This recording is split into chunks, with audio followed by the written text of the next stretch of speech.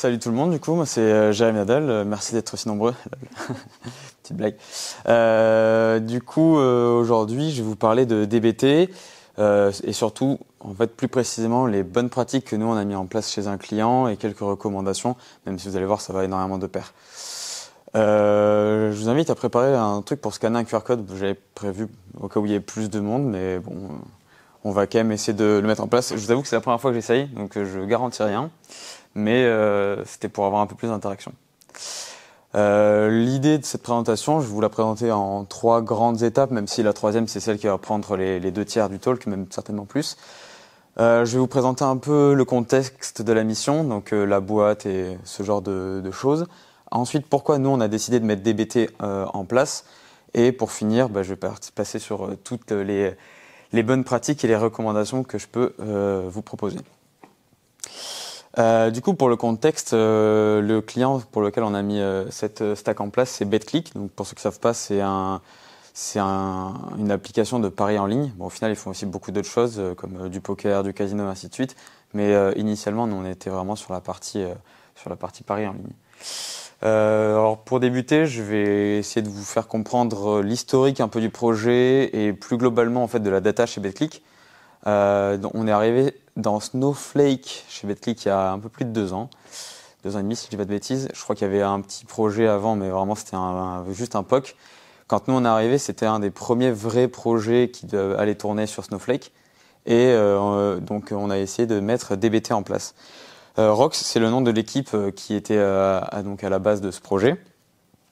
L'idée de cette équipe, c'est de mettre en place des missions, des défis, ce genre de choses, en fait plein d'interactions qui vont permettre aux joueurs de plus facilement rester sur l'application ou alors d'arriver sur l'application. Donc de mettre en place des outils qui vont le retenir ou le faire venir sur l'application. Et du coup, nous, on voulait avoir énormément d'informations, donc faire un peu d'A/B test, comprendre quelles sont les missions qui ont le mieux marché, quelles sont les missions qui ont le moins bien marché. Pour cela, il va faire de l'analytique. Au début, on avait juste une très grosse base de données qu'on appelait du coup Rox, comme le nom de l'équipe simplement. Et l'idée, c'est qu'on a déversé toutes les données dans cette base de données, donc dans un schéma qu'on a appelé source, et on allait utiliser DBT pour aller faire des transformations depuis cette source. Je l'ai pas mis en évidence, mais aussi depuis certaines données qui revenaient de la BI, pour alimenter 2 schémas. En fait, on avait 2 projets, un pour aller, pour ceux qui connaissent un peu l'architecture médaillon, du bronze vers le silver et du silver vers le gold. L'architecture médaillon, c'est tout simplement les différents stades en fait de la maturité de la donnée. Donc bronze, c'est ce qui n'est pas du tout touché, c'est vraiment ce qui arrive depuis l'applicatif. Et le gold, c'est ce qui va être mis à disposition des outils de BI, donc pour mettre des dashboards en place. Du coup, voilà, on avait 2 projets. Et en fait, on s'est rendu compte que ça fonctionnait quand même assez bien. Et bonjour. Et il y a énormément de différentes équipes chez BetClick qui se sont dit qu'ils voulaient commencer à faire de l'analytique sur leurs données, que ce soit tout simplement pour conserver un état de leur base de données applicatif, avoir à la fois un historique et pouvoir faire de l'analytique dessus, ou alors tout simplement parce qu'ils avaient des vrais besoins d'analytique comme on pouvait avoir dans le premier projet. C'est à ce moment-là où aussi Ypon et notre équipe, on a beaucoup poussé le data mesh. Donc pour ceux à qui ça parle pas forcément, le data mesh, c'est on ingère la donnée à un seul et même endroit et on va laisser l'ownership de cette donnée, de la transformation de cette donnée et de la mise à disposition de cette donnée à chacun des domaines métiers spécifiques. Donc si moi, je vais y revenir plus tard parce que j'ai beaucoup travaillé avec eux, mais je suis betting. Donc betting, c'est ceux qui vont mettre les paris en place, donc ceux qui proposent à l'utilisateur de prendre des paris, de valider un pari, et de rembourser ce pari si quelque chose est annulé, ou alors de payer le pari s'il a été gagné. Toute cette équipe, en fait, elle va être maîtresse de sa donnée, de l'applicatif jusqu'à la mise à disposition d'un dashboard. Donc, vraiment, la chaîne de tout en bout. Et c'est pour ça qu'on est parti dans un schéma Lake House qu'on a mis en place dans Snowflake. L'idée, c'est qu'on a mis une base de données dans Snowflake qui s'appelle Lake, dans laquelle toutes les équipes vont déverser toutes leurs données. Donc, c'est la base de données qui est au milieu. Chacun des domaines va avoir un schéma spécifique dans lequel il va pouvoir aller déverser sa donnée. Et en fait, chacun des domaines va ensuite avoir une base de données à disposition pour pouvoir gérer cette donnée, la transformer, la raffiner, potentiellement faire des jointures avec les données d'autres équipes et ensuite la mettre à disposition soit d'autres domaines, soit de dashboard, soit du back-office, soit potentiellement même du client. Je ne l'ai pas mis en évidence effectivement, mais il y a BI, dashboard, back-office, mais il y a aussi en fait certaines pages de l'application qui vont être mises, dont la donnée va être mise à disposition par Snowflake. Cette vision-là, elle est super intéressante. Enfin, on pourrait peut-être en parler pendant des heures et des heures. C'est pas le but de cette présentation, donc je vais avancer. Et je vais plutôt vous parler en fait du coup plus des contraintes techniques qu'on avait quand on a commencé du coup à avoir plusieurs projets différents. Donc, je vous disais au début, on avait un domaine, donc une équipe qui travaillait avec. On avait 2 projets distincts de DBT, mais là, on voulait que chacune des équipes, donc chacun des domaines, ait sa propre base de données, ses propres droits, ses propres projets DBT, clairement, à proprement parler. Et du coup, on se retrouve maintenant avec 12 nouveaux projets. Donc, il y a 12 nouvelles équipes qui utilisent DBT pour transformer leurs données. Et donc, on va y revenir juste après, mais il a fallu faire un peu attention à ce qu'on faisait, notamment pour pas avoir de réplication de code un peu partout. Donc ça, c'est plus au niveau technique, fonctionnel et comment les choses elles se sont mises en place au niveau de BetClick. Mais concrètement, moi, je vais vous présenter les betting, puisque c'est là où j'ai beaucoup travaillé, et ces contraintes techniques à proprement parler. L'idée de cette équipe, c'était majoritairement d'avoir à la fois un historique et surtout l'image de leur base de données, de tous leurs bets, à un instant T dans la base de données Snowflake. Et donc, le problème, c'était que c'est un applicatif qui est extrêmement critique, parce que du coup, on va mettre à disposition les données du back-office et potentiellement du client s'il y avait besoin. Demain, si vous placez un pari, désolé, mais que vous ne le voyez plus affiché sur votre application, vous allez directement appeler le customer service pour leur dire « Bon, je comprends pas, mon bet, je le vois pas sur l'application, qu'est-ce qui se passe ?» L'idée de cette transformation, c'était justement de pouvoir aller chercher dans tout l'historique quels sont les différents paris et qu'est-ce qui s'est passé sur ces paris pour les personnes du customer support. Donc c'est quelque chose qui est très critique. Et vu la volumétrie, en fait, eux, ils sont partis dans la gestion, ce qu'ils appellent un at least once. Donc potentiellement, on va avoir énormément de doublons dans la base de données. En plus, la chronologie, elle n'est pas assurée. C'est-à-dire que potentiellement, on va avoir une modification d'un pari qui va arriver avant l'insertion de ce pari. Et donc, il faut juste faire attention à avoir bien la dernière version du pari dans la base finale. Et en plus, potentiellement, on peut avoir des fichiers qui sont corrompus à cause de l'ingestion. Du coup, avant de rentrer dans qu'est-ce que c'est DBT et compagnie, c'est là où je voulais vous inviter à scanner ce QR code. Alors, je ne sais pas si vous connaissez Slido, c'est sur le papier, c'est extrêmement bien. C'est la première fois que je l'utilise personnellement, donc on verra ce que ça donne. Il y a juste 2 petites questions, une maintenant et une un tout petit peu plus tard. Mais l'idée, ça va être...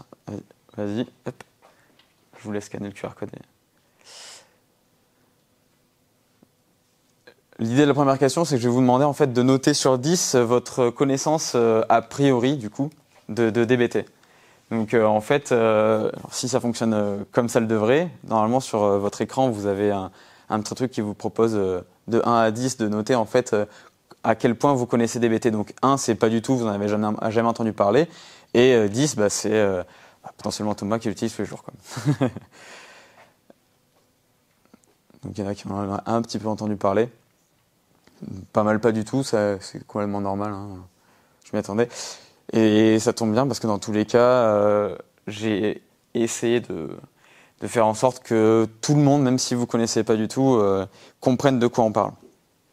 Bon, j'espère que ceux qui ne font pas du tout de data nous suivront quand même. Du coup, pourquoi DBT ? Je vais commencer par en fait, qu'est-ce que c'est concrètement DBT ? DBT, c'est un outil qui est open source, qui est déployé par DBT Labs. Avant, il s'appelait Fishturn Analytics. Et l'idée de cet outil, c'est qu'il va uniquement faire la transformation des données qui sont déjà chargées dans un warehouse ou dans une base de données. Donc, dans un paradigme de ELT, donc extract, load et transform, il va juste faire le T, juste le transform. Et l'idée, c'est qu'on va beaucoup parler de modèle DBT. Et en fait, un modèle DBT, c'est tout simplement un fichier .SQL, donc c'est du SQL derrière. Potentiellement, ça peut être du Python, mais je ne vais pas en parler dans cette présentation. mais on va dire que c'est un fichier juste SQL dans lequel on va pouvoir ajouter du Jinja si on en a envie. Le Jinja, c'est un langage de templating très léger qui va nous permettre de rajouter de l'intelligence. Derrière, concrètement, c'est du Python. Donc on va pouvoir mettre des boucles forts, des conditions, tout ce genre de choses qui vont nous permettre de rajouter de l'intelligence au niveau de la compilation de notre code. C'est aussi un outil qui va nous permettre de variabiliser beaucoup de choses et d'utiliser des macros. Donc les macros, pour ceux qui ne connaissent pas, c'est un peu tout simplement des fonctions comme on pourrait l'avoir dans n'importe quel autre langage un peu plus classique que du SQL. Enfin, il va nous servir aussi de compiler. Donc, en fait, il va compiler donc, les modèles dont je vous parlais, donc le SQL plus le Jinja. Il va prendre en compte le contexte, qu'est-ce qui se passe sur la base de données, quel est l'environnement sur lequel j'essaye de faire tourner mon code, quelles sont les variables que j'essaye de faire, que j'ai à disposition pour le faire tourner. Et en fait, tout ça, ça va compiler notre code d'une certaine manière qui va ensuite, derrière, tout simplement s'exécuter de manière différente sur le warehouse. Il peut aussi servir de package manager, donc comme on pourrait en avoir comme je sais pas NPM ou autre dans d'autres corps de métier, on va dire. Donc voilà, ça c'est un exemple d'un modèle pas très compliqué. Donc on va avoir une partie où on va faire un du select. Ce qui est entre double accolade, ça va être donc du Jinja. En fait, entre double accolade, ça va être des appels à des macros, donc aux fonctions dont je parlais tout à l'heure. Et tout ce qui est entre accolade avec un pourcentage, ça va être du Jinja, et donc dans lequel là, on va pouvoir faire vraiment des if, des boucles potentiellement. Donc là, vous voyez, on fait un if, on utilise une macro qui s'appelle isIncremental, et on va regarder une variable qui s'appelle target, on va faire des choses dessus. Je vous demande pas de comprendre ce qu'il fait exactement. C'était juste un exemple pour que vous voyez concrètement de quoi on parle. Ce qui est très intéressant avec DBT, en fait, c'est qu'on va s'abstraire d'énormément de choses. En fait, on va écrire, nous, les modèles DBT, on va écrire tout simplement des selects, comme je l'ai présenté tout à l'heure, comme je présente un autre exemple ici. Et là, on a une jointure entre deux tables qui sont utilisées pour mettre la table restaurant-revenu en place par la suite. L'idée, c'est que vraiment, nous, on va uniquement se concentrer sur la logique métier. Donc on va uniquement écrire la requête, donc là ici le select, et en fait on va laisser à DBT et à un bloc de configuration toute la partie un peu complexe des gestions de est-ce qu'on est en train de faire de l'insert, est-ce qu'on doit créer une table, quels sont les types de mes colonnes. Tout ça en fait c'est DBT qui va générer le code derrière tout seul et il va le faire tourner quand on en a besoin sur la base de données ou dans le data warehouse.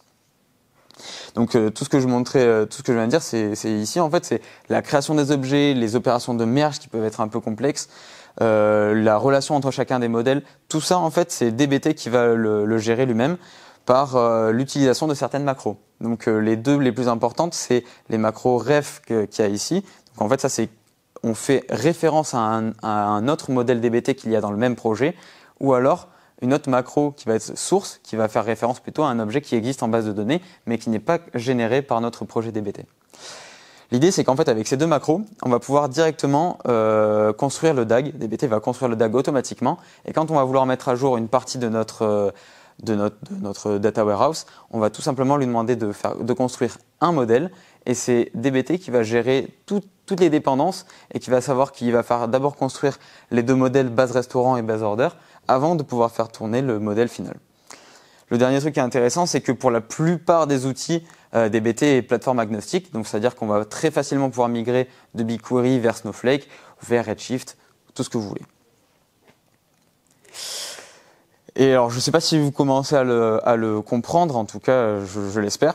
Mais ce qui est très fort et pourquoi je pense que DBT aujourd'hui ça va être de plus en plus fort, c'est qu'en fait ça va nous permettre, alors DBT il est créé un peu comme un logiciel et en fait ça va nous permettre de gérer notre projet data un peu comme on pourrait l'avoir sur un vrai projet de dev. Quand je dis un vrai projet de dev, c'est quelque chose de plus classique comme du software engineer. Et du coup, DBT nous met à disposition énormément d'outils qui vont nous permettre de gérer notre projet DBT comme un projet de dev. Donc, on va pouvoir avoir du versioning. Clairement, tout ce que je vais vous montrer, donc tous les modèles DBT, c'est tout simplement stocké sur un GitHub, un GitLab ou n'importe quel outil de versioning que vous voulez. On va facilement, du coup, pouvoir bénéficier d'une CI/CD. On va gérer très facilement les différents environnements avec le même code, en utilisant les variables, les macros que je vous présentais tout à l'heure. On va éviter le plus possible la réplication de code, donc à l'aide de macros notamment et autres. On va aussi pouvoir gérer très rapidement la documentation. Je vous présenterai un fichier YAML tout à l'heure, mais l'idée c'est qu'en fait, on va générer la documentation à côté de nos modèles DBT et que derrière, DBT va faire une magie qui va créer directement un site web statique qui va pouvoir très rapidement et très facilement se diriger dans la documentation de DBT. On va aussi pouvoir très facilement mettre en place des tests. Donc ça, je vais vraiment y revenir un peu plus en profondeur tout à l'heure dans les bonnes pratiques. Mais on va pouvoir rajouter des tests de qualité, on va pouvoir rajouter des tests d'intégration et tout ce genre de choses. Et en plus, il y a aussi beaucoup de logs qui vont nous permettre de mieux gérer notre projet à long terme. Du coup, là, on va passer sur la partie la plus importante des bonnes pratiques. Du coup, je vais vous redemander de sortir votre application sur le Slido que je vous ai demandé de télécharger tout à l'heure, enfin de prendre tout à l'heure. Et l'idée, c'est quelles sont les bonnes pratiques en fait dans la data? Quelles sont les bonnes pratiques que vous pourriez, comme ça, qui vous viennent en tête? Qu'est-ce qu'on peut mettre en place comme bonnes pratiques? J'en ai déjà parlé de certaines, évidemment, mais en général, dans la data, c'est pas toujours évident d'avoir des bonnes pratiques. Il y a énormément de choses qui sont difficiles à mettre en place. Et donc, si vous pensez à certaines choses, ce serait intéressant de le mentionner maintenant. Et comme ça, on va regarder un tout petit peu ce qui vous vient en tête. Ok, cleaning, ouais, c'est cool. Je ne m'attends pas à ce qu'il y ait des centaines de réponses non plus, hein, mais on va juste prendre une minute, vous laisser le temps, savoir s'il y a des choses qui vous viennent en tête. Bon, je parle de data ici, mais comme vous l'aurez compris, maintenant, moi, j'aimerais bien qu'on commence à voir les projets data en fait comme des projets de dev classiques. Et donc, du coup, forcément, je suis un peu biaisé. Et du coup, je vais vous parler aujourd'hui de bonnes pratiques en data. Mais en fait, c'est beaucoup de choses qui vont se voir sur n'importe quel projet de dev. Ok, duplication, testing, c'est cool. Carrément, ouais. Alors là, on parle vraiment de transformation, mais on va en parler, hein, c'est sûr, on va en parler. Mais il y aura aussi beaucoup de bonnes pratiques qui vont être plus autour de la gestion d'un projet à proprement parler. Je vois qu'il y a une personne qui est en train d'écrire quelque chose. On va attendre juste cette personne et après... À deux. Ouh là là. La foule est en délire. Ok, testing, ça revient quand même pas mal, c'est cool. Archivage, ouais, c'est pas mal. Versionning. Bon, ok, top. Merci. Du coup, ouais, y a forcément des trucs qui reviennent, notamment le testing, c'est plusieurs personnes qui l'ont mentionné. Clairement, c'est quelque chose qui est extrêmement important. Ça, c'est un peu tous les points que moi, j'ai voulu mettre en évidence et qu'on a mis en place chez BetClick. Il y en a plein d'autres, on y reviendra un peu plus tard, mais déjà, ça, c'est 5 points qui sont super importants pour moi. Le dry, donc le don't repeat yourself, la déduplication de code, c'est quelque chose qui est très néfaste pour la dette technique. Quand on doit modifier la même chose à 5 endroits différents, c'est qu'il y a un problème quelque part. Les scripts manuels, quand je parle de scripts manuels, bon, je reviendrai juste après. La structure d'un projet, pour que tout le monde s'y retrouve bien, comprenne quelles sont les différentes étapes qui sont dans le projet. Le workflow de développement et la CI/CD, le testing et le monitoring. Alors là, du coup, c'est ce que j'ai mis en évidence ici. En fait, c'est une des macros qu'on utilise le plus, notamment pour le Change Data Capture. On utilise un outil Snowflake qui s'appelle des streams. Donc, ça parle sûrement pas à tout le monde, mais l'idée, c'est qu'en fait, on va aller capter dans les différentes sources qu'on utilise uniquement les données qui viennent d'être chargées pour ne pas avoir à tout reprocesser à chaque fois. Et donc du coup, on a mis en place une macro qui va nous permettre d'avoir un comportement différent suivant l'environnement sur lequel on se trouve, suivant est-ce qu'on est en train de faire un backlog, donc est-ce qu'on est en train de faire un rattrapage de données. Potentiellement, il y a eu une erreur dans le pipeline et du coup, on veut reprocesser une partie des données, ou alors est-ce qu'on est dans un comportement classique et on veut juste faire les nouvelles données qui sont arrivées par exemple la veille. Donc dans l'intelligence un peu de la macro, on arrive au begin. On regarde l'environnement. Est-ce qu'on est en dev ou est-ce qu'on est en CI ou est-ce qu'on est dans un autre environnement? L'idée, c'est que nous, on va avoir notre environnement de dev qui va être extrêmement proche de l'environnement de CI. Donc l'environnement de CI, c'est pour l'intégration continue, pour ceux qui ne connaissent pas. Quand on va vouloir rajouter des nouveaux features, est-ce qu'il y a des choses qui rentrent en conflit avec ce qui existait déjà ou pas. Donc si on est dans un environnement de dev ou de CI, oui, alors on va se baser sur ce qu'on nous on a appelé un sample, qui est en fait tout simplement un sous-ensemble des bases de données de source. On peut appeler ça un mock aussi dans certains autres paradigmes.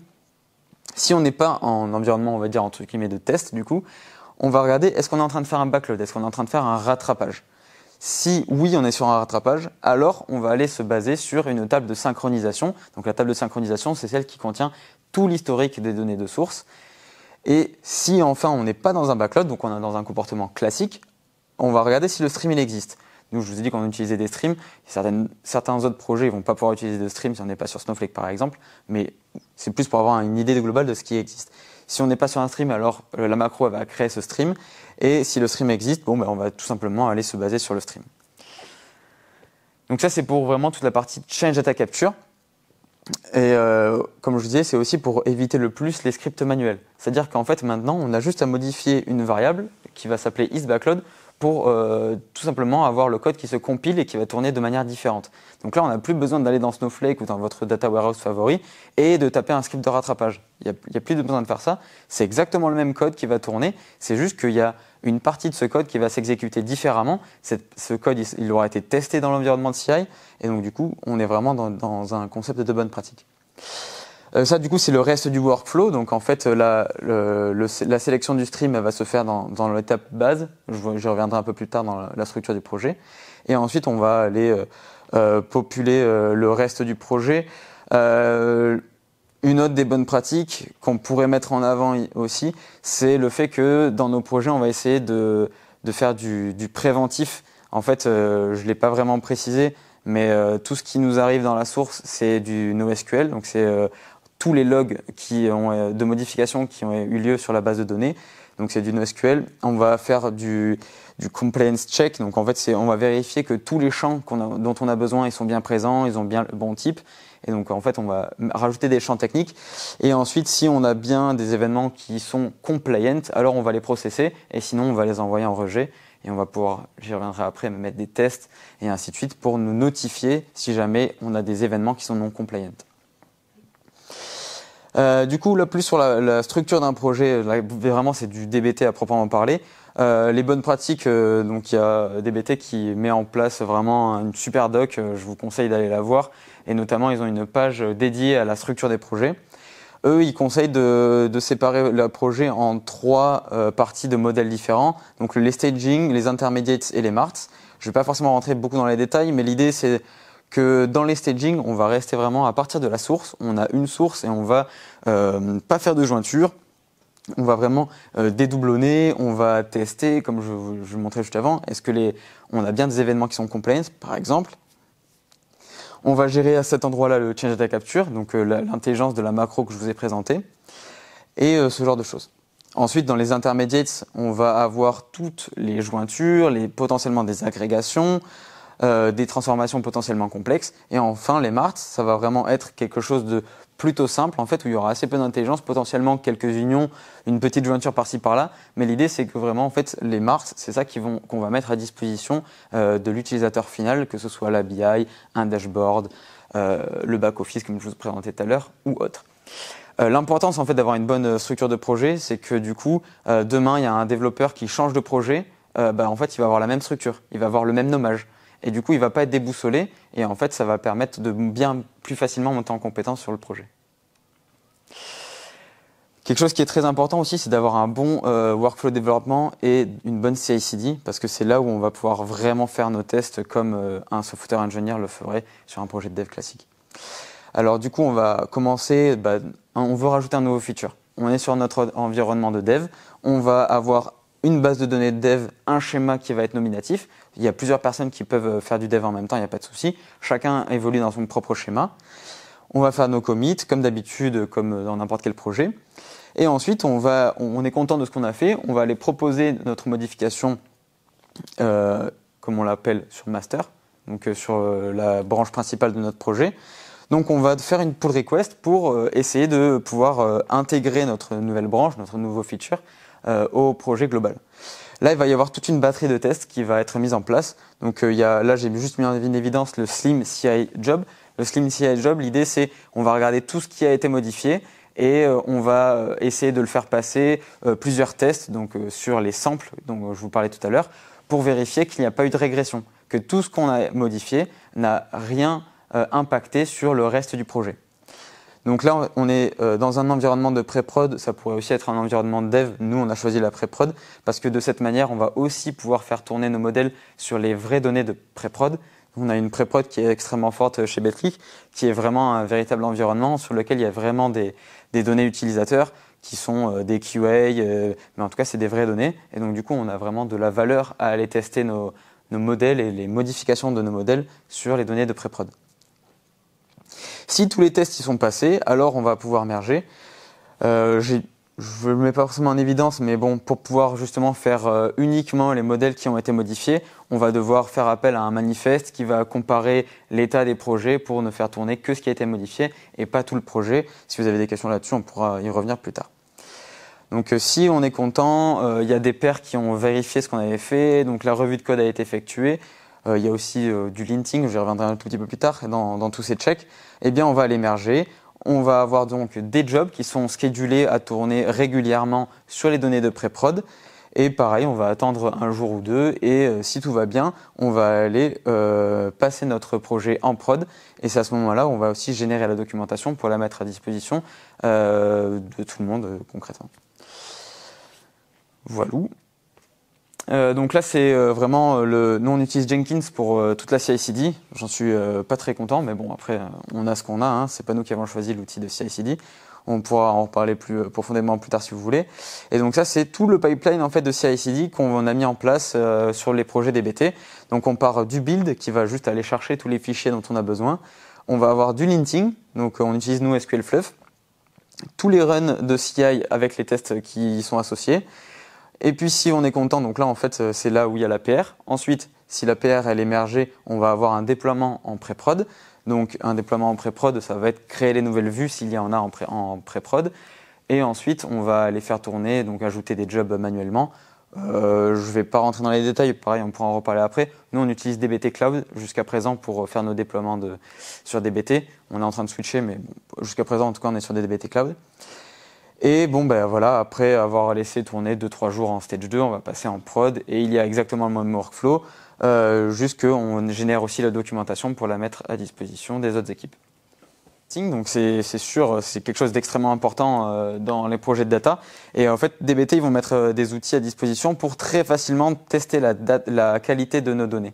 En fait, à côté de la documentation, on va avoir tout simplement des blocs de tests qu'on va pouvoir mettre, qui sont des blocs de tests génériques, mais on va pouvoir aussi créer nos propres tests qui vont être plus proches du métier, des choses qui sont plus concrètes pour le business en particulier, parce que les tests génériques qui sont mis à disposition sont assez simples, même s'il y a des packages comme DBT Expectations, je ne sais pas si vous connaissez, ou DBT Utils aussi, qui sont des tests plus simples, mais bref, il y a des packages DBT qui sont open source, que vous pouvez importer dans votre projet pour les utiliser, qui vont vous permettre d'aller beaucoup plus en profondeur sur la data qualité, mais vous pouvez aussi tout simplement écrire vos propres tests, donc des requêtes SQL concrètement, qui vont faire planter les tests si jamais la donnée elle n'est pas à la qualité que vous l'attendriez. Et en fait, tout ça, vous allez pouvoir le renseigner dans des fichiers YAML qui vivent en fait dans votre projet Git. C'est en fait ça qui va générer la documentation. Donc là, vous allez avoir un modèle qui s'appelle model name, qui a une description. Vous allez pouvoir lister toutes ces colonnes, leur donner aussi une description. Et c'est ça en fait qui va générer automatiquement ensuite derrière la documentation. Ce qui est bien du coup avec ça, c'est que tous les tests qu'on va renseigner ici, ensuite on va pouvoir les faire tourner avec une simple commande DBT qui s'appelle DBT test, très simple. Et on va pouvoir faire des jobs schedulés qui vont tourner, je ne sais pas, toutes les heures ou toutes les journées suivant le besoin, pour pouvoir potentiellement alerter s'il n'y a pas de données. S'il n'y a pas de qualité de données. On va aussi pouvoir mettre en place des tests sur les sources. Donc, en fait, de la même manière, on va avoir un mot-clé qui s'appelle source, qui va permettre de lister toutes les sources. Et de la même manière, on va pouvoir rajouter des tests, comme tout à l'heure. Il y a un autre bloc qui s'appelle freshness, qui va aussi pouvoir asserter en fait, de la fraîcheur des données qui se trouvent dans votre table source. Et en fait, potentiellement, vous n'avez pas besoin de faire tourner vos modèles s'il n'y a pas de nouvelles données dans vos sources. Et donc du coup, on peut très facilement mettre en place des tests, que ce soit au niveau de la qualité de la source ou de vos modèles, donc a posteriori de vos transformations. Bon, je vais aussi rajouter qu'on peut aussi rajouter des mécanismes de rejet qui peuvent être plutôt complexes. La dernière phase de test, c'est la phase un peu de non-régression dont je vous ai parlé tout à l'heure, qui va être effectuée à chaque fois qu'on va essayer de merger un nouveau feature. Donc l'idée, comment ça se passe, c'est qu'en fait, dans un comportement normal, on va avoir une source qu'on va appeler source A, qui va alimenter une table, qui va elle-même alimenter une autre table. Donc ça, c'est un processus normal quand on est soit en pré-prod, soit en prod. Mais dans un environnement de CI, nous, on veut s'assurer que les transformations, elles font bien exactement ce qu'on voudrait. Donc en fait, on va aller faire un mock de cette source, donc un sous-ensemble que nous, on a appelé sample, et on va faire tourner tous nos modèles à partir de ces sources. Donc ces sources moquées. Et donc, on va aussi créer les expects. Donc, qu'est-ce que nos tables, à quoi elles devraient ressembler si tout s'était bien passé à partir de cette sous-ensemble de données. Et tout simplement, ce qui est en rouge, c'est qu'on va mettre en place des tests qui vont vérifier que les tables qui viennent d'être créées sont bien exactement les mêmes que ce qu'on attendait. Et ça va permettre que si demain vous faites une modification sur la table 1, de s'assurer qu'il n'y a aucune répercussion sur la transformation de la table 2. Tout ça, on pourra y revenir un peu plus en détail tout à l'heure si vous avez des questions. La dernière partie sur les bonnes pratiques, ça va être le monitoring. Donc, souvent, on dit que c'est simple de faire du SQL ou de faire une requête, mais c'est beaucoup plus compliqué de faire des requêtes qui sont performantes. Et en fait, tout ça, le monitoring, ça va nous permettre en fait justement de mettre en évidence les requêtes qui sont peut-être divergentes dans des bonnes pratiques. Peut-être qu'on processe trop de données, peut-être qu'il y a une divergence sur le temps de calcul de certains des modèles. Et donc, du coup, mettre en place du monitoring, c'est super important. Je ne sais pas si vous voyez très très bien, la qualité n'est pas folle, c'est un GIF. Mais l'idée, en fait, c'est surtout ça, en fait, c'est de mettre en place des dashboards qui vont vous permettre de vous assurer de la qualité de vos données, de la qualité du temps de calcul de vos modèles. Et pour faire ça, il y a un package open source DBT qui s'appelle DBT Artifact, qui va vous permettre de très facilement en fait structurer une partie de vos logs. Je vous ai dit que DBT il générait beaucoup de logs à chaque fois qu'il fait tourner quelque chose. En fait, DBT Artifact, l'idée c'est que à chaque fois que vous finissez un run de DBT, il va aller structurer et mettre à disposition dans une table, clairement, dans votre data warehouse, énormément de données sur les logs. Et ça va vous permettre de très facilement suivre, ok, nous on a tel modèle qui est en erreur, on a tel modèle qui a duré tant de temps. Et ça va vous permettre de mettre en place derrière des dashboards. Donc ici, c'est un dashboard Snowsight, pour ceux qui connaissent un peu Snowflake. C'est assez restreint comme possibilité, mais j'y reviendrai plus tard, c'est sur les choses à améliorer. Là, donc c'est la partie sur la data qualité, donc tous les tests qui sont en erreur. Et là, c'est un petit peu tous les runs, en fait, tout le temps de calcul de chacun des modèles agrégés à l'heure. Nous, sur beaucoup de projets, on travaille en fait à la demi-heure. Donc, on a tous nos modèles qui tournent toutes les demi-heures. Et donc là, on a une agrégation à l'heure. Et on voit bien que, en fait, tous les pics qui sont mis en évidence, c'est sur les settlements des matchs. Donc, à la fin d'un match, à quel moment, en fait, on va devoir payer tous les bets ou pas. En fait, toutes les mises à jour de ces bets, elles se font à la fin des matchs. Et du coup, entre 22h et minuit, c'est là où on a le plus fort taux d'activité sur la plateforme. Et donc, forcément, c'est là où on a les pics d'activité sur les temps de calcul des modèles. La dernière partie, c'est sur tous les modèles qui sont stale. Donc, stale, c'est quelque chose qui n'a pas été touché depuis longtemps. Ça, c'est éviter le plus possible, en fait, d'avoir en base de données des modèles qui ne sont ni utilisés, ni modifiés, et donc d'avoir du legacy concrètement. Donc ça, c'est le monitoring qui va se baser sur DBT Artifact. Et nous, on a mis aussi un autre monitoring qui va se baser sur les query tags de Snowflake. Donc ça, forcément, ça sera disponible que sur Snowflake. DBT Artifact, je crois qu'il supporte Databricks, BigQuery, Snowflake et un dernier dont j'ai perdu le nom. Mais là, ça va être vraiment spécifique à Snowflake. En fait, quand on regarde le query history de Snowflake, il est extrêmement riche, il y a énormément d'informations. Typiquement, le nombre de données qui ont été insérées, le nombre de données qui a été mis à jour, le nombre de données qui ont été supprimées. comment se sont comportées la mémoire des différentes machines virtuelles et aussi quelles sont les différentes micro-partitions qu'on a pu scanner.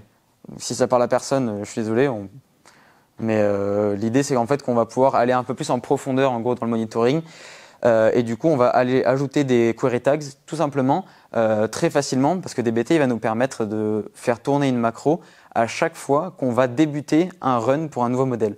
Et donc ça c'est quelque chose qui est en une ligne, on va lui dire à chaque fois que tu commences un modèle, tu vas faire tourner cette macro. Et la macro va rajouter derrière toutes les variables que DBT va nous mettre à disposition, donc le nom du modèle, l'environnement, tout ça, ce qui va nous permettre ensuite d'avoir des dashboards extrêmement précis. Donc ça c'est bien, on peut aller un peu plus en profondeur, mais ça va être extrêmement lent et du coup c'est un peu plus complexe à mettre en place tous les jours. Je vais conclure rapidement. L'idée en fait de cette présentation, si vous devez retenir que ça, c'est DBT, c'est un outil qui est extrêmement flexible. Donc comme j'ai dit, c'est open source. En fait, on va pouvoir aller surcharger n'importe quelle macro que eux ils mettent à disposition, si vous le voulez. Par exemple, je vous ai parlé tout à l'heure du projet Betting, dans lequel on n'a pas forcément la chronologie des événements qui est respectée. Eh bien, en fait, pour l'instant, DBT, ils faisaient rien pour ça. Du coup, nous, on a dû aller surcharger une partie de leur macro pour rajouter des petits filtres pour s'assurer en fait que derrière, on a bien la dernière donnée qui est à jour. On va pouvoir utiliser énormément les outils qui sont open source, donc il y a beaucoup la communauté, elle est extrêmement présente, elle est extrêmement forte, elle est en train de grossir de plus en plus. Il y a énormément de packages qui sont mis à disposition, donc que vous pouvez utiliser pour faire de la test de qualité, pour faire du monitoring, tout ça. DBT, ils vont nous permettre de gérer aussi très finement la CI/CD, comme je vais pu vous présenter, et on va aussi pouvoir aller faire énormément de tests, de monitoring. Enfin, vraiment, en fait, c'est quelque chose qui est très simple a priori, mais qui va en fait vous laisser la main pour faire énormément de choses très complexes. Le dernier truc, c'est du coup, pour nous, qu'est-ce que c'est les prochaines étapes ? On n'a pas encore mis en place DBT Expectations. C'est quelque chose qu'on aimerait bien aller voir parce que ça va nous permettre d'avoir plus de visibilité. On parle aussi d'observabilité dans la data sur ce qui se passe.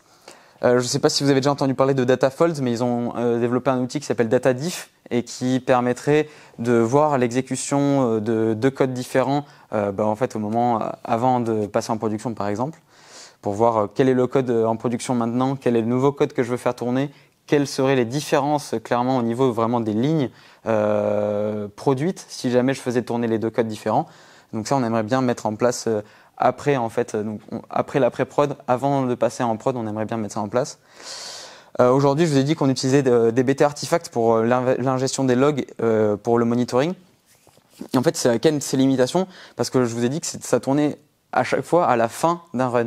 Mais qu'est-ce qui se passerait si on avait un souci en plein milieu d'un run? Donc imaginez une machine virtuelle qui plante. Du coup, le run, il n'est jamais fini. Il sera bien cancel sur le data warehouse, mais on ne va jamais avoir l'événement, donc la notification de dire l'événement pour le job qui a été déclenché à 13h, il n'a jamais fini. Ça, on ne l'aura jamais. Donc c'est un souci. Et je vous ai présenté aussi des dashboards qui sont sur Snowsight. Clairement, c'est extrêmement limité. Snowflake est en train de racheter, je crois il y a un an, Streamlit. On aimerait bien passer sur Streamlit pour avoir des applications un peu plus précises et un peu plus complexes pour se propager dans tout le monitoring. En tout cas, merci de m'avoir écouté. J'espère que ça vous a intéressé. Et si vous avez des questions ou si vous voulez que je retourne un peu plus en profondeur sur une des parties, ça sera avec grand plaisir.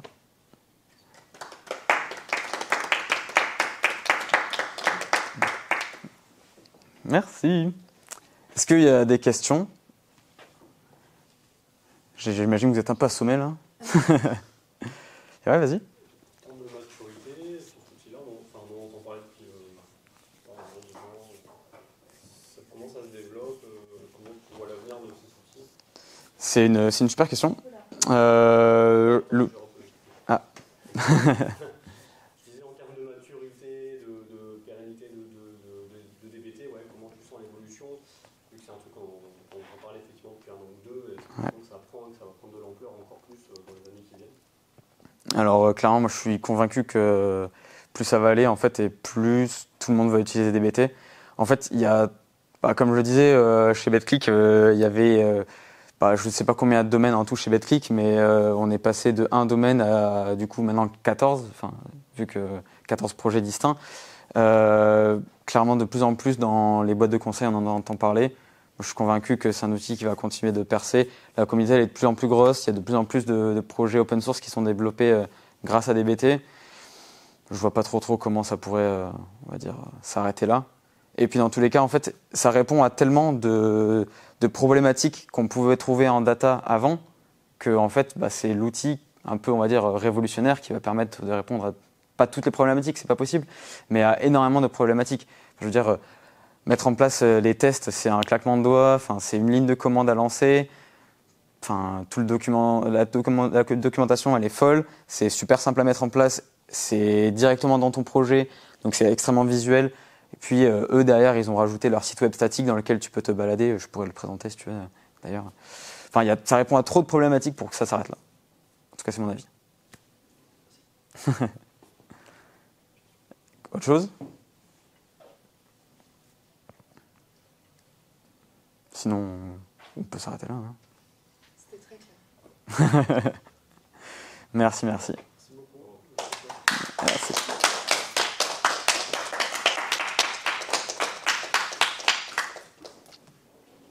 Et du coup, pour ceux qui l'ont testé, là, Slido, ça fonctionnait bien? C'était... Ok, cool. Ça marche bien. Moi, c'est la première fois que je testais, j'avoue. J'aurais bien aimé mettre d'autres questions, mais j'avoue, je l'ai mis hier. Du coup, c'était pas, la présentation n'était pas tout à fait à jour avant hier. Si vous avez d'autres questions un peu plus officieuses, n'hésitez pas. On peut, dans tous les cas, y répondre maintenant. Je sais pas trop si on avait prévu un truc. Tu vas partager les slides ou pas? Tu peux? Il n'y a pas de problème. Hein. Ouais. Je peux clairement les partager, ouais.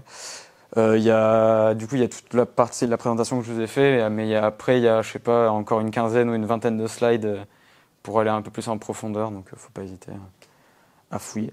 Est-ce que tu as vu des usages qui sortent du cadre pur de la data et de l'analytics, quoi?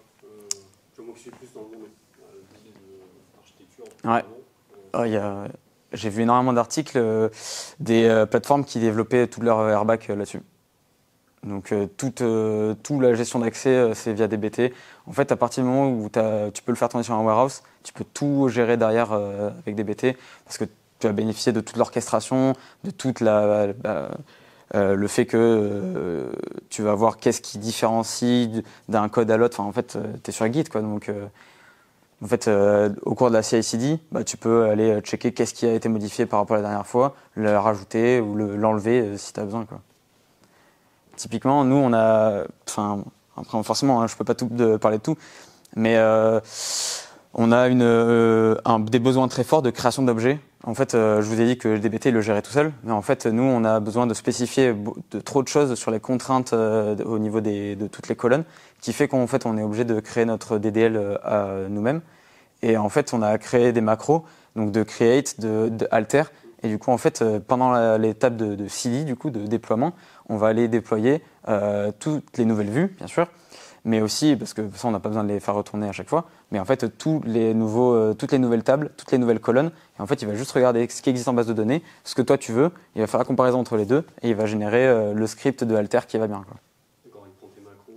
Il va prendre le macro et il va aller le tourner pour avoir concrètement, par rapport à ta configuration, il va regarder ce qui existe en base de données, il va générer les drop tables, drop colonnes, tout ça. Et donc nous, on ne l'a pas fait en particulier, mais je te disais, il y a beaucoup d'articles qui parlent de la gestion des droits, de la gestion des accès finement, tu peux le faire avec ça aussi. Donc là, c'est plus plateforme et moins data. Je ne sais pas si c'est le genre d'usage dont tu parlais. Mais... Ouais, en fait, c'est vrai qu'à chaque fois que j'entends parler, c'est par des gens qui font que vraiment de la data, ouais. Vraiment sur les gros volumes, etc. Alors qu'en fait, on a, je pense, des bases dans toutes les applications. Et certainement beaucoup d'usages aussi en amont, dans les produits, dans les équipes produits, etc. Alors par contre, le petit bémol de DBT, mais bon après ça c'est plus la partie analytique. Dans tous les cas, j'ai pas de solution aujourd'hui. Faut qu'il y ait un data warehouse derrière qui tourne.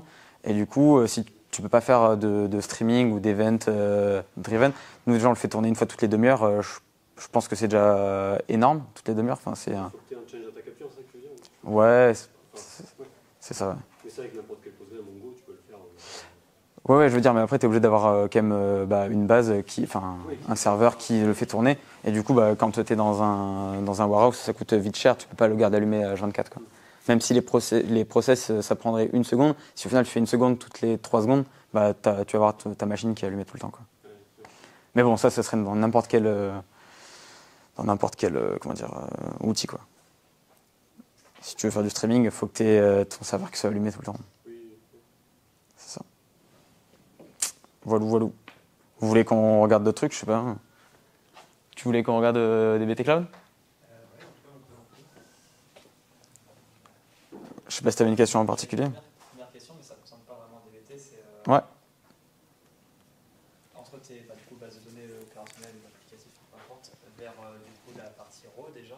Mm-hmm. Tu utilises quoi pour faire le L du coup de l'ELT? Alors, c'est la première fois que j'ai donné les meet-up, j'avais parlé de ça aussi, mais au final, là, je l'avais enlevé. Il y a plusieurs stacks, mais ça, c'est une des stacks qui tourne depuis Dynamo.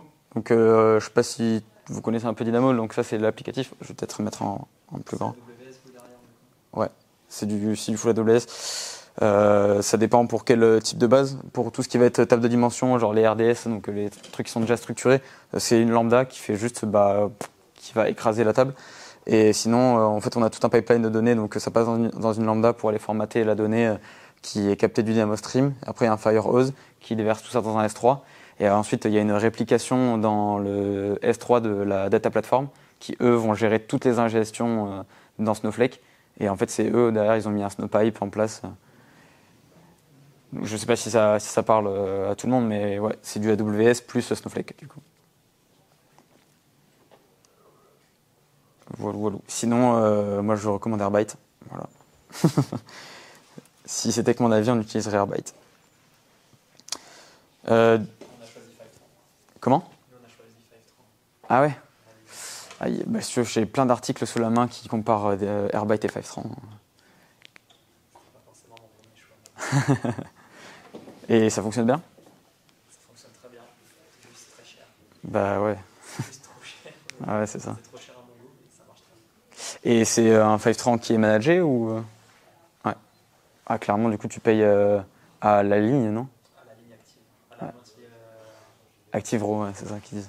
Et d'ailleurs, moitié active raw. Ouais, c'est bien ce qui me semblait. Ouais, c'est très cher. Ouais.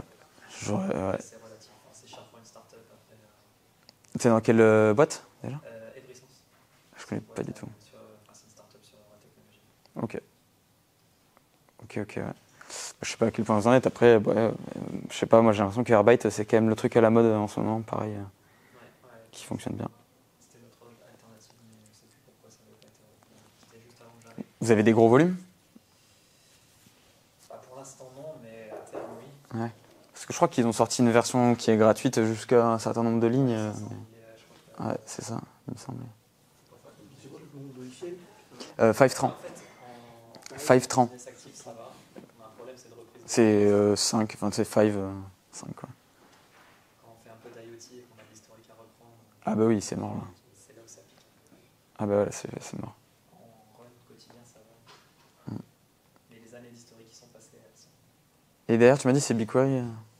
Ouais, c'est BigQuery, c'est pour ça que par rapport à ma question que je te posais avant, je pense que la différence elle est là, c'est que j'ai aussi bossé sur Snowflake dans mon ancienne boîte. Et en fait, Snowflake, tu as toutes tes bases de données qui sont dans ton instance BigQuery. Alors que dans ton instance Snowflake. Ouais. Alors que BigQuery, ça marche pas vraiment pareil. C'est comment du coup tes datasets, ils sont. Le plus haut niveau, quelque part, c'est ta base de données. Ok, et du coup c'est tout le compte, c'est ça? Et donc à chaque fois, quand tu connectes DBT, tu connectes pas ton compte, en fait, tu te connectes au projet. Au projet, c'est l'équivalent d'une base de données dans Snowflake. Ah. T'as un niveau en dessous. C'est pour ça qu'ils ont eu des problèmes. Ok. Et du coup, tu peux pas avoir genre 3 utilisateurs qui ont accès à différents trucs dans ton projet? C'est ça? En fait, du coup, d'un point de vue BigQuery, chaque environnement est un projet différent. Ok. Donc c'est pour ça que j'avais besoin de 3 projets. Et en fait, avec DBT sur BigQuery, tu as une petite solution de contournement, mais elle impose que du coup, soit tu as un utilisateur qui a accès à tes 3 projets, donc c'est le même utilisateur. Ouais. Dans ce cas-là, c'était pas souhaitable. Ou alors tu pouvais encore essayer de raffiner en dessous en créant des profils. Dans DBT, tu peux créer des profils. Mais dans tous les cas, la facturation, elle remontait sur un seul projet. Ok, ça m'étonne un peu en vrai, c'est bizarre. Parce que du coup, nous, en tout cas, on a créé 3 environnements et chacun en fait a son rôle de service, enfin son user de service. Donc je sais. Dans DBT Cloud, je crois que tu peux regarder si tu crées en fait une destination. Du coup, nous, c'est au niveau de l'environnement, là, chacun des environnements. Ok, ouais. Je vois ce que tu veux dire, environnement dans ce sens-là. Ouais. Et là, tu vois, chacun a son propre rôle, son propre user. Et du coup, nous, tout tourne, enfin, tous nos jobs, ils tournent sur nos jobs de prod, ils tournent sur la prod, nos jobs de pré-prod sur la pré-prod. En